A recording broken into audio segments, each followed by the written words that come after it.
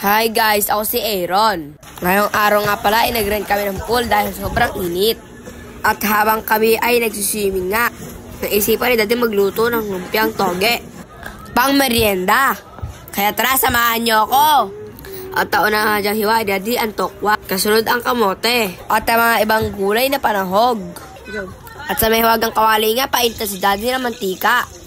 Isunod niya pinirito ang tokwa. At pagkatapos nga, ginisa na din niya mga gulay. Pagkagisa nga ng toge, nilagay na niya ang tokwa. Tinimplahan nga ito ng oyster at paminta. At syempre, mekus-mekus mo lang yan minsan. At binalot na nga niya isa-isa ang mga lumpia. Mukhang napakasarap nito guys. Kumakain din ba kayo nito? At isasawsaw sa toyo, suka, at sibuyas at sili. At na may konting paminta. Prito time!